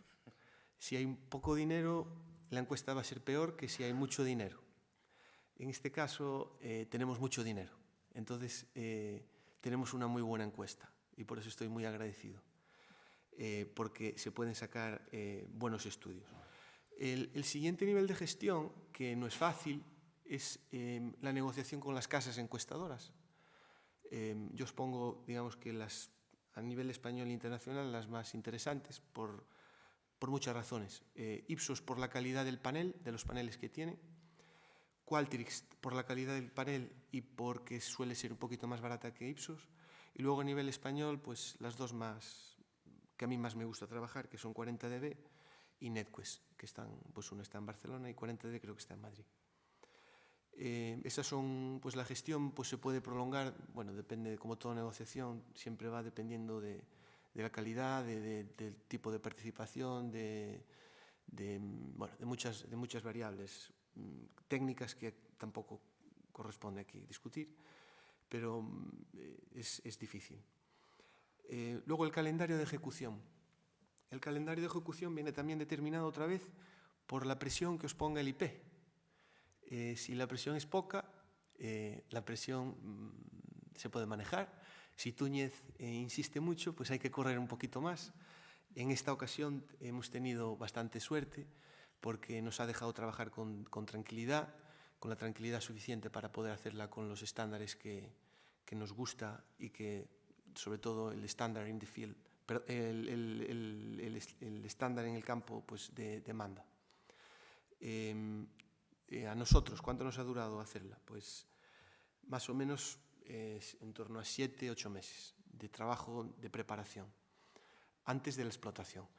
¿Qué es más importante, la planificación o la explotación? Sin duda la planificación. La planificación lo es todo. Significa estar invirtiendo 8 meses en un trabajo que luego explotarás en 1 año, 2 años o 3 años. Pero cuanto más tiempo inviertas en la planificación, el diseño de los constructos, en la lectura de la teoría, en la lectura de los papers, pues más facilidades tendrás luego para explotarlo. En consecuencia también, cuanto mejor sea el equipo de trabajo, más conocimientos tenga de qué es un constructo, de cómo se construyen variables, de cómo se miden, de cómo se... Bueno, toda esta cuestión más técnica, ¿no?, de diseño, pues mejor. En nuestro caso, la encuesta es, como tratamos de establecer pues, una inferencia causal, o al menos, a pesar de que no sea tan estringente como los diseños experimentales, sí que tratamos de ver cómo afecta una variable en el tiempo escogido entre las dos oleadas son dos meses, ¿vale? Es decir, es lo que también se llama un recontact study, o sea, planteamos una encuesta, una primera oleada en un determinado espacio en el tiempo, por ejemplo, en el mes de febrero, y 2 meses después preguntamos las mismas preguntas a esas mismas personas, con un attrition rate, que son todas aquellas personas que se caen de la encuesta porque no quieren participar, a pesar de que el incentivo económico es mayor. Pues pensemos, si completar una encuesta en la primera oleada cuesta 3 euros, pues en la segunda pues, suele aumentar un eurito más para que la gente pues, intente participar. Sí que me gusta enfatizar que la planificación en este caso es todo. Y sobre todo una cosa que a mí me gusta hacer mucho, que es discutir con los coautores bien los artículos que queremos hacer. Cómo se van a diseñar, plantear desafíos, si vamos por aquí vamos a tener estos problemas, si vamos por aquí vamos a tener estos otros, etcétera, etcétera. Esto pues, en tiempo pueden ser 2 meses, pueden ser 3 meses, o sea, no es un tiempo particular, sino que es a lo largo del diseño de toda la encuesta, desde el principio hasta el final. Es decir, un día te levantas y dices, este modo de medir no me gusta porque se me ha ocurrido otra manera, otra persona se te levanta y te dice, oye, que yo creo que mejor por aquí para medir public service media, el individual value, esto no funciona así. Bueno, ahí hay pues, discusiones que son interesantes, que son agotadoras también. Bueno, Marta y Bea os lo pueden decir, que son pues, cansinas. Luego, crear los modelos teóricos. El diseño de los modelos teóricos es, para los que tienen más experiencia es más fácil, para los que tienen menos experiencia, sobre todo para los estudiantes de doctorado, los que empiezan a diseñar encuestas o incluso nuevas mediciones es más complicado, porque exige pues, un poco un aprendizaje, ¿no? A ver qué es un constructo, cómo se diseña un constructo, de dónde nacen esos constructos. Hay que leer la literatura previa, hay que tener conocimientos pues, un poquito estadísticos, etcétera, etcétera, y luego cómo se operacionaliza, ¿no? Como esta idea que tengo yo de qué es la diversidad en el servicio público, eso cómo lo podemos pasar, ¿no? a una medición, y que esa medición sea estándar y que sobre todo que tenga cohesión, ¿no? Interna y externa. Bueno, pues eso se hace con métodos estadísticos, ¿no? Con pues, factor análisis o confirmatory factor análisis. Hay unas técnicas ahí para sacarlas. Luego, el diseño del modelo, es decir, cuáles son las relaciones que queremos testar y cómo, si hay mediadores, si hay moderadores, si hay una relación directa, si no la hay. Discusión con los coautores, es decir, discusión con los coautores yo creo que es más que una batalla de a ver quién tiene razón y quién no, sobre si el modelo funciona o no, porque recordemos que al testar el modelo, nosotros partimos de modelos a priori. Vale, esto quiere decir que nosotros partimos de teorías que luego testamos con datos. Entonces, la teoría tiene que estar muy bien amarrada para que luego se teste con los datos. Entonces, lo que nosotros hacemos es diseñarlos bien, invertir nuestro tiempo en un buen diseño teórico de todos los papers que queremos hacer, para luego testarlos. Y que en el modelo luego cuando queremos testar esos modelos, con las técnicas que sean, pues los modelos funcionen y no hayan sorpresas, ¿vale? Para eso, ¿qué tiene que hacer? Pues un modelo teórico bien hecho, unas mediciones sin error, con cohesión interna y externa, y sobre todo que tenga sentido el modelo. Una vez que tenemos el modelo construido, y eso nos lleva su tiempo, registrarlo. En este caso, no podemos registrarlo en las plataformas de Open Science, que ya se lo comenté ayer a Carlos, por cuestiones de tiempo, pero sí lo que hemos hecho al menos es tenerlos registrados en nuestro ordenador, ¿vale? ¿Qué quiere esto decir? Que luego cuando tengamos los datos, nosotros ya no invertimos mucho tiempo o casi ningún tiempo en pensar teóricamente el modelo, simplemente ejecutamos. Y aquí sí que me gusta ser bastante soy bastante, me ciño mucho al plan inicial. Es decir, si teníamos pensado testar cómo Trust in Media afecta a tu media consumption, pues vamos con eso y no cambiamos. Porque eso es otro estudio que es exploratorio que no teníamos registrado, que no teníamos planteado, ¿vale? Entonces, el preregistrar los estudios en estas plataformas de Open Science es muy recomendable. Obviamente, en nuestro caso, al ser una encuesta con más de 360 ítems, más de 120 constructos y más de 12 modelos teóricos que se van a traducir en 12 papers, esperemos, pues eso, claro, exige muchos recursos humanos para poder hacerlo, porque en el Open Science Framework lo que se te pide básicamente es que tú expliques, que tú hagas el paper metodológicamente hablando, por decirlo así. Todas las medidas, cómo lo vas a hacer, cómo vas a componer esas variables, es decir, cómo las vas a... Es el composite, es el constructo, cómo lo vas a sumar y, bueno, hacer el indicador que hablaba Olga. Entonces eso necesitas como otros 5 o 6 meses para poder hacerlo tranquilamente. Entonces yo eso ya lo dejamos para el artículo. La siguiente pregunta es, ¿cómo se diseñan los constructos? Bueno, hay varias formas. La forma tradicional es lectura de la literatura previa, pero aquí hay un problema, que si leemos, a mí no me gusta mucho leer todo lo que hay, porque si leo todo lo que hay sobre un tema y todos los constructos que hay, eso como que me condiciona a pensar como los demás han hecho, ¿no? Y eso, intento no hacerlo, procuro pues alejarme un poquito de lo que para tener un poquito una idea más original o más interesante. Es decir, ¿cómo se ha medido inteligencia artificial o interés en la inteligencia artificial? Pues ahí os pongo los 4 ítems que forman el constructo, ¿no? Artificial Intelligence Interest.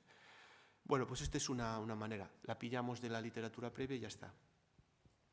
Pero, sin embargo, si queremos hacer estudios un poquito que avancen el conocimiento con nuevas relaciones, con nuevos modelos teóricos, que expliquen pues, fenómenos actuales como, no sé, la discusión política, el insulto, el trolling behavior, todas estas cosas que son, de alguna manera, que aparecen, ¿no? Que el investigador no tiene que ir atrás para consultarlas, sino tiene que observar la realidad para luego generar ese conocimiento. Entonces, eso es, digamos que, la doble fase del diseño de la encuesta. Hay una parte tradicional, que es tediosa, aburrida a lo mejor, que es lectura de todo lo que hay escrito sobre un tema, pero luego hay un diseño propio, individual, que es cuáles son esos fenómenos que son dados por hecho y que nosotros no reflexionamos, pero que están ahí, y que, sin embargo, la literatura previa no ha estudiado o ha pasado por alto.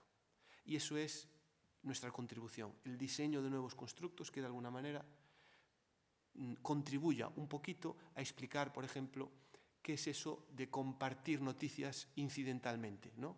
Las noticias, las fake news, por ejemplo, normalmente se trabajan desde el punto de vista intencional. Es decir, tú pues, compartes noticias falsas porque quieres, pero sin embargo no es así. O sea, la mayoría de noticias falsas que se comparten son porque piensas que son verdaderas y las compartes de manera equivocada, ¿no? Hay una manera altruista, si queréis, no intencional, porque piensas que va a favorecer a las otras personas y que, sin embargo, eso se ha pasado por alto. Entonces, ¿cuál es esa manera nueva de medir fake news no intencional? Bueno, pues hay de manera altruista, hay muchas formas de conceptualizar eso. Como me indican que tenemos 5 minutos, os voy a enseñar directamente un ejemplo de un paper que estamos haciendo sobre Acceptance of Artificial Intelligence en la Public Service Media. En Alemania, se me había olvidado que los datos son de Alemania y de España, pero quizá lo que más me interesa para que sobre todo Miguel esté tranquilo es enseñar un poquito el... Uy. Miguel, te vas a poner nervioso.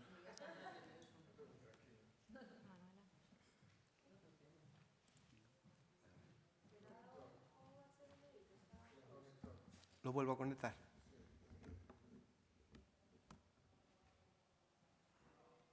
Ahí va. Sí. A ver si al saltar no. Sí. Bueno, los datos los he cargado... Miguel, los datos existen. Los datos los he cargado en una plataforma de estudio, bueno, se llama SPSS. He cargado España, sí. Y lo que me gustaría enseñaros es pues, cómo se traduce estos datos que nosotros tenemos aquí cargados en SPSS de la encuesta de España, que son 2.000, casi 400 individuos, representativa, aunque... Bueno, representativa. Y me gustaría enseñaros eso, dos estudios, ¿vale?, que estamos haciendo.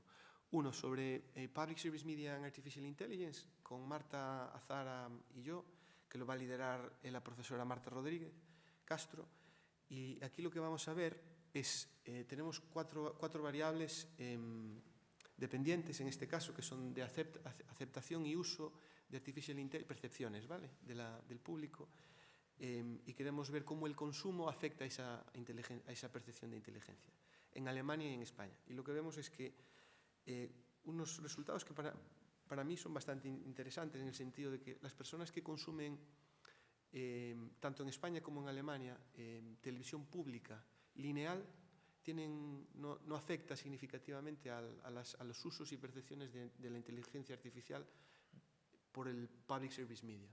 Pero, sin embargo, cuando consumen la plataforma, he puesto ARD Play, no sé cómo se llama, la plataforma de Alemania, la de España creo que es Play Z, ¿no? O Mediatex, vale, pues bueno, si os fijáis, funcionan básicamente igual, incluso en España, pues se relaciona negativamente, sobre todo en la primera columna.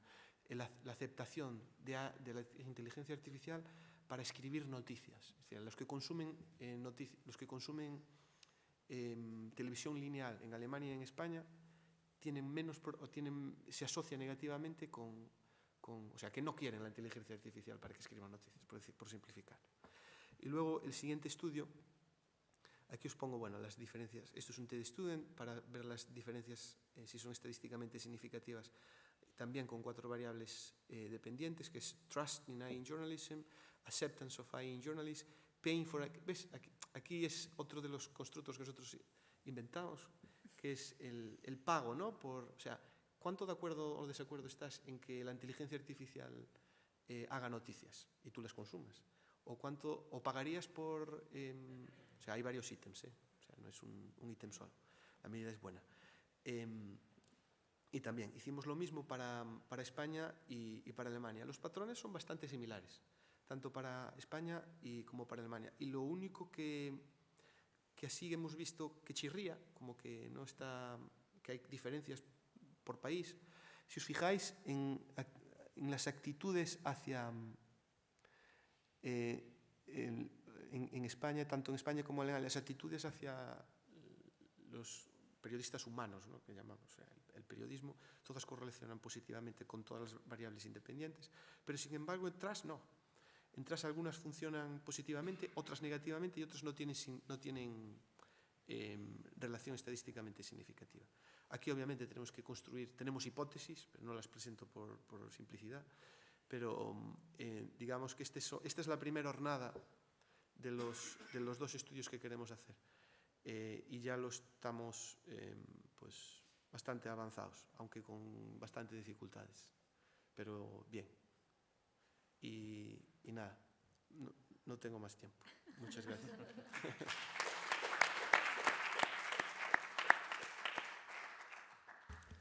Muchísimas gracias, Manuel. Ha sido muy enriquecedor escucharte.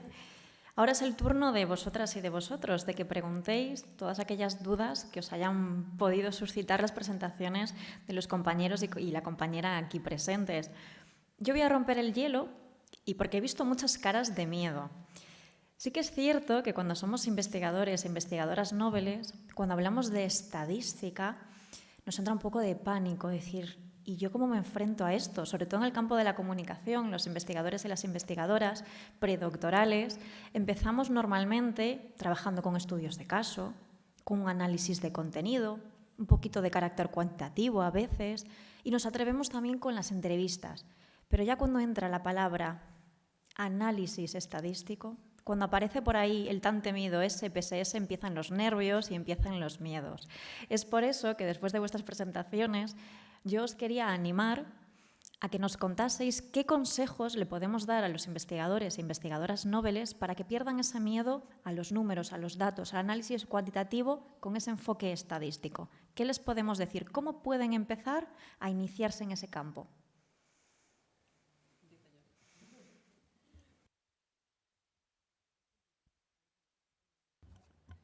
Ahora, a ver, yo soy economista de empresa. O sea, yo siempre digo que soy de administración y dirección de empresas. Lo que pasa es que cuando yo estudiaba no había esa diferenciación, no era ciencias económicas y empresariales.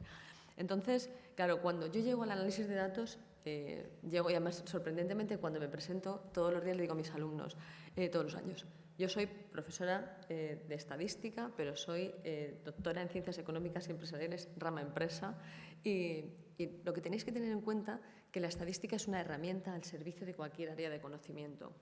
Entonces, más allá de ser teóricos o más allá de luego trabajar en R o en Python, que yo el Python no, R sí, pero me cuesta. Entonces, lo que tenemos que tener claro es que lo tenemos que tomar como una herramienta, porque sí que es verdad que cada vez tenemos más cantidad de datos que tenemos que analizar y hemos visto distintos ejemplos que estamos analizando. Yo me acordaba, hace poco publiqué con un compañero de comunicación, hicimos un análisis de sentimiento. Yo no había trabajado análisis de sentimiento y al final te pones teniendo en cuenta que tampoco tienes que ser un experto y dominarlo todo, sino tienes que conocer la herramienta que te permita sacar las conclusiones a las que tienes que llegar. Entonces, yo lo que sí que os diría, que le perdáis el miedo, que tampoco tenemos que tener un conocimiento como si fuesen matemáticos, informáticos, pero que sí que nos permita trabajar y, sobre todo, hay que buscar grupos multidisciplinares.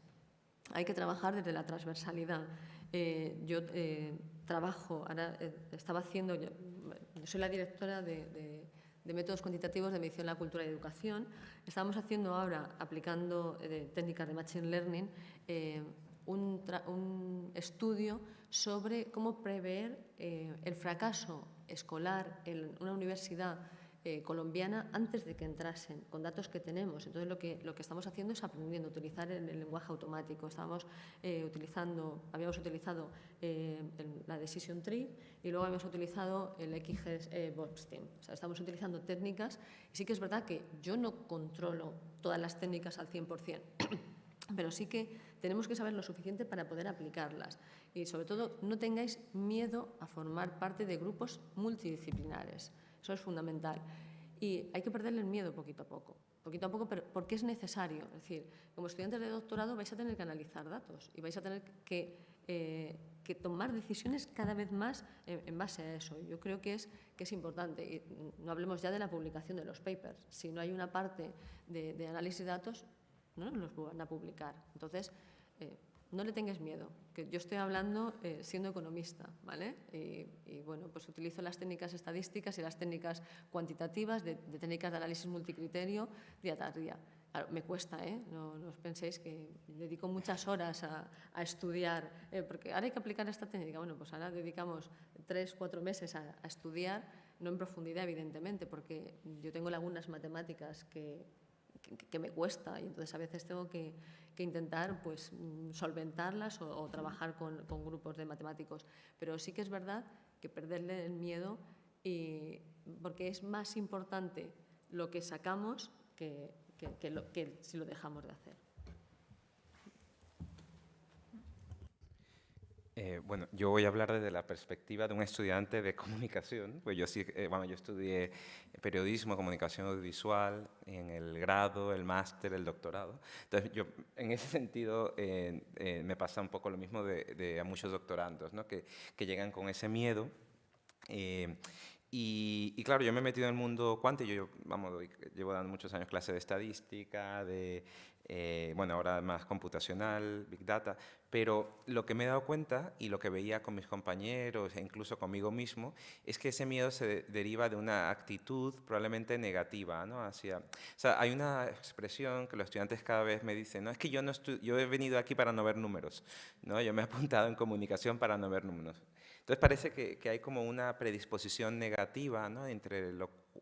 Y una diferenciación entre lo cualitativo y lo cuantitativo, que bueno, una discusión que hemos tenido a lo largo de décadas y que yo la veo ya cada vez más superada, ¿no? Pero parece que lo cualitativo lo veo como más fácil, más cercano a lo mío, y lo cuanti parece que es de otra disciplina, ¿no?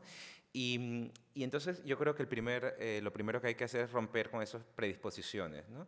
Porque esa predisposición te lleva al miedo y te lleva a una percepción de dificultad mayor, ¿no? Yo supongo que serán muy parecido en casi todas las universidades españolas, pero en Salamanca la gente que viene a audiovisual son estudiantes, tanto en grado como máster, muy inteligentes, es decir, suelen tener notas de corte muy altas y son gente que aprende muy, muy, muy rápido, ¿no? Entonces, el problema siempre está en cambiar la actitud, la predisposición, pero el aprendizaje como tal, cuando yo le doy estadística o le doy, por ejemplo, un grado, damos Big Data y todos programan en Python y en R, pero claro, es que tienen 20 años y en 3 meses van a aprender lo que a mí me costó 2 años, por ejemplo, ¿no? En programación.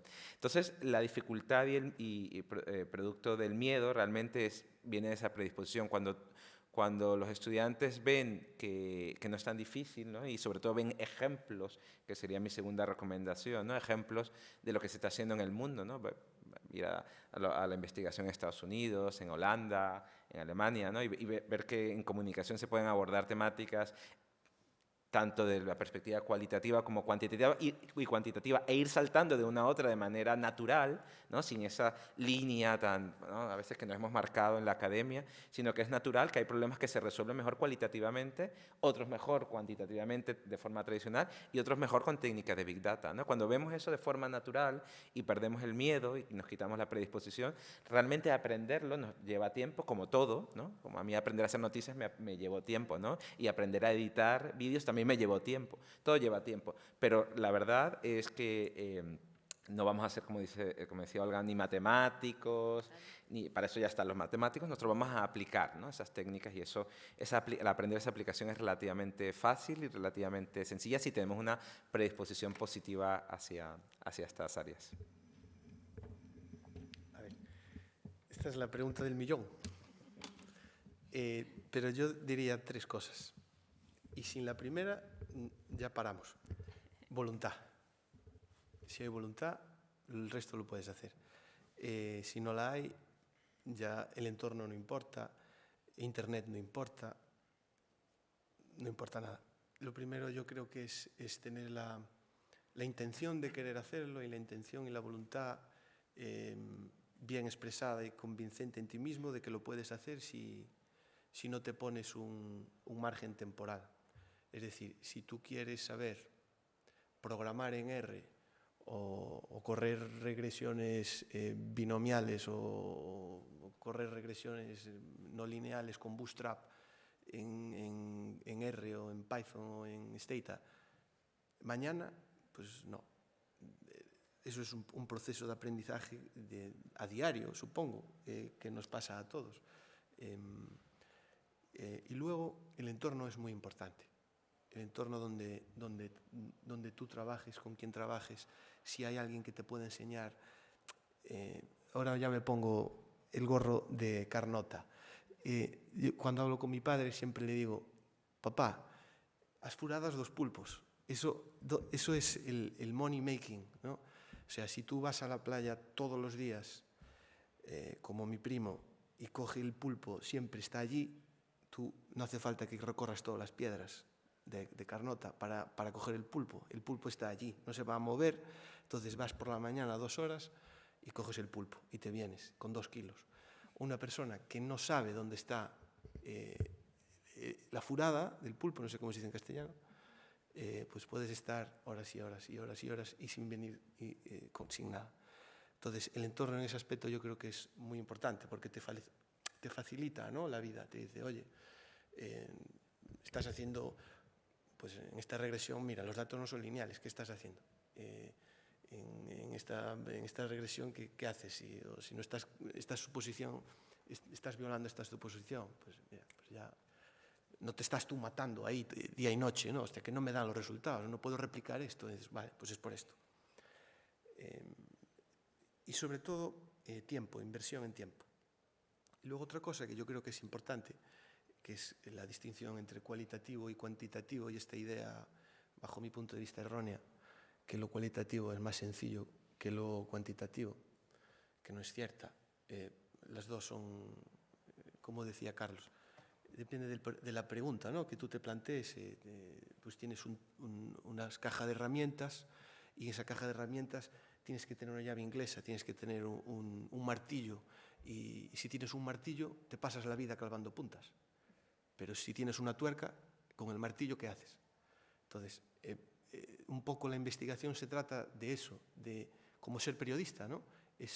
Se dice que es ser bueno en todo y nada profundo en nada. Pues es un poco en este caso, tener un poco la especialización en aquello que te interese, si es cuantitativo, cualitativo, o como a mí me gusta llamarlo, investigación, hacer investigación y tener una caja de herramientas con lo que sea, y luego poder aplicarlo en función de la pregunta de investigación que tengas, y sin más. Yo sí que quería añadir una cosa al hilo de lo que estáis diciendo. Cuando yo me incorporo al grupo de investigación en comunicación, yo no sabía nada de comunicación. Entonces yo vengo la primera vez a las reuniones y empieza a hablar Paco Campos. Entonces yo estaba alucinada por su experiencia, por su bagaje, y entonces habla de los publishers media de Halley y Mancini. Entonces, cuando digo 3 veces Halley y Mancini, yo digo, si voy a trabajar con ellos, yo me tengo que leer a Halley y Mancini. Entonces, yo me voy a mi casa y me descargo el libro de Halley y Mancini.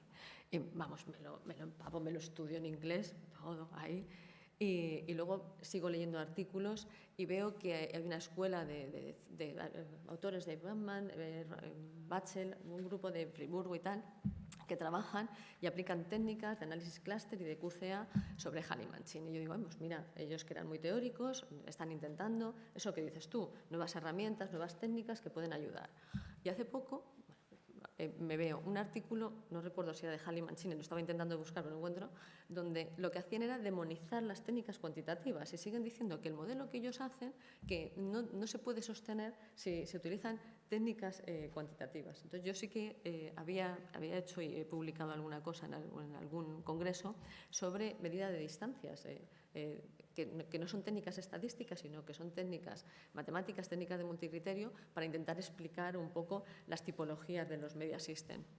Y entonces sí que hay autores que todavía ven esa diferencia y que demonizan desde la comunicación lo cuantitativo. Entonces digo, vamos a ver, si son un referente, si estos señores que son un referente están criticando las técnicas cuantitativas para poder explicar y para poder establecer tipologías de los media system, claro, si tú eres un doctorando, llegas aquí y empiezas a leer y ves eso, claro, ¿con qué criterio vas a contradecir? Bueno, a mí me da igual, o sea, yo tengo ya una experiencia y yo tengo un bagaje y aún así cuesta. Entonces, sí que es verdad que yo creo que las generaciones actuales empiezan a entender que lo que decías del símil de la caja de herramientas, que son herramientas y tú puedes explicarlo en función de lo que necesitas. Tengo un problema, tengo que resolverlo, que tengo que sé qué dicen los estudios, o de lo que yo sé lo puedo aplicar y es coherente, pero claro, todavía hay mucha gente en la academia que contrapone lo cualitativo, lo cuantitativo, cuando encima es lo que os estaba diciendo.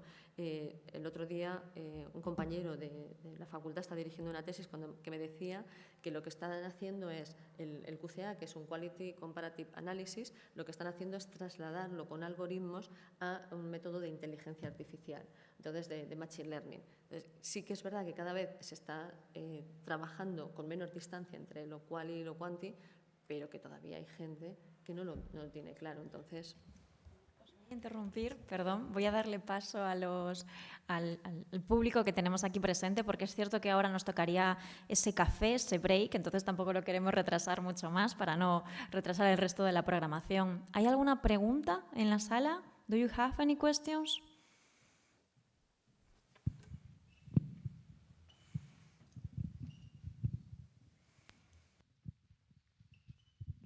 Són dos qüestions.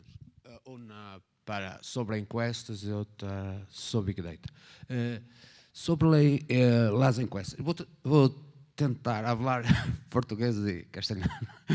Sobre as encuestas, a pré-validação e a validação da encuesta, usando plataformas que nós não temos controle, e nós precisamos para a pré-validação de uma percentagem do nosso público-alvo, não pode induzir a um erro de preparação da enquesta ou questionário. E a nível de Big Data, a informação que eu possa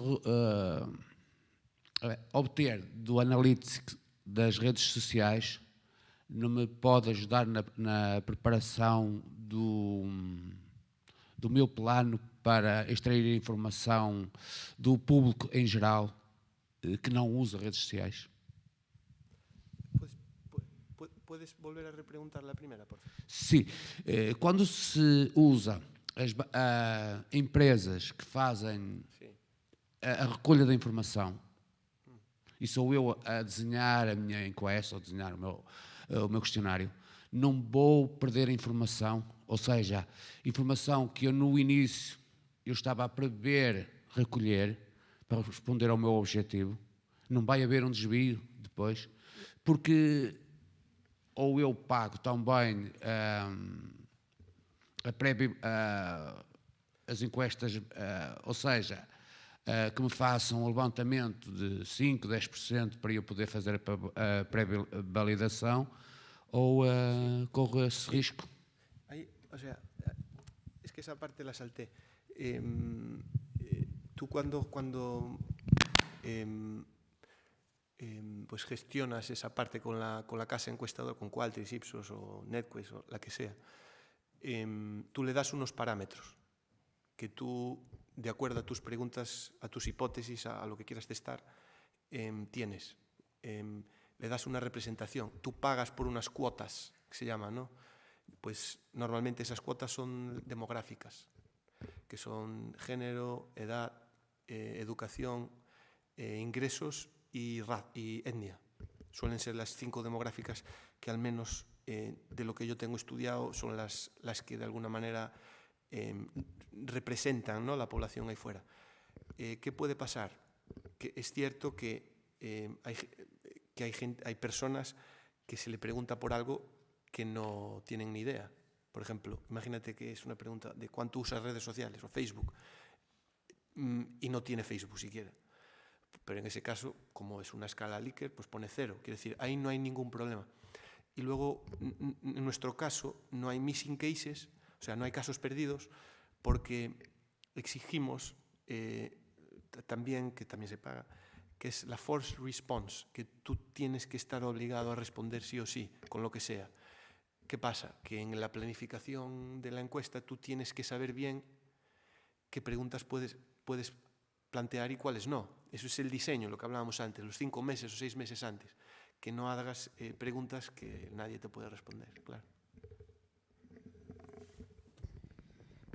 Bueno, con respecto a la pregunta sobre Big Data, bueno, muy buena pregunta, porque efectivamente gran parte de la dificultad, ¿no?, del trabajo con redes sociales y la aplicación de técnicas automatizadas es la representatividad, que creo que es a lo que se refiere exactamente con la pregunta, ¿no? Como obviamente hay gente que no está en Twitter, hay gente que no está en Facebook, ¿no? Y cuando intentamos extrapolar datos, decir, bueno, es que en redes sociales se dice eso, pero eso es lo que piensa la gente, ¿no? En las encuestas, obviamente, hay un trabajo, ¿no?, con la inferencia de población, con la estratificación, que nos permite tener una imagen más clara, ¿no? Pero en las redes sociales eso no pasa. Entonces, ahí hay 2 cosas. Una, y esto lo ha ido demostrando tanto la teoría como la práctica, una que en el social listening, ¿no?, en la escucha social, en lo que hay en redes sociales, primero se pueden hacer estimaciones, así como las encuestas, cuando sabes que un grupo no te va a responder, pero sabes más o menos lo que piensas, tú puedes reestimar y en la parte final de la encuesta, ¿no? Y en opinión pública se ve mucho, pues reestimar los resultados de encuestas sabiendo que hay un grupo que no te contestó, pero también sabiendo lo que pueden haber contestado, ¿no? Pues en análisis de redes sociales pasa lo mismo, ¿no? Sabemos que hay grupos que no están y por lo tanto podemos hacer predicciones también de ese sesgo, ¿no? de exposición. Pero por otro lado, y esto yo creo que es lo más interesante y es lo que se ha demostrado con la práctica y que viene de la propia teoría, en el caso, por ejemplo, también de la opinión pública, pero o del análisis de tendencias sociales, cuando se expresan en medios sociales, si vemos, por ejemplo, la teoría de espiral del silencio, teoría de comunicación de etapas, líderes de opinión, sabemos que, aunque no es un reflejo de la opinión pública o no es un reflejo, una fotografía fidedigna, sabemos que las voces que más se muestran en redes sociales también son las más seguidas, ¿no? Son, de alguna manera, cuando analizamos la opinión de los líderes de opinión, pues son los líderes, no son la población, pero sabemos que representan la tendencia, ¿no? Entonces, desde el punto de vista de la teoría, desde el punto de vista también de la práctica en el análisis de redes sociales, se da cuenta que siguiendo las tendencias y bueno, analizándolas correctamente en redes sociales, puedes también prever lo que piensa el resto de población que no está en redes sociales por la influencia que tienen esos líderes, digamos, al resto de la población. Entonces, bueno, es la forma en que se trabaja y efectivamente hay que tener cuidado siempre con la representatividad y las conclusiones a las que se lleguen. Pues con esto damos por finalizado. Bueno, tenemos una pregunta más. ¿Tenemos tiempo? ¿Un minuto?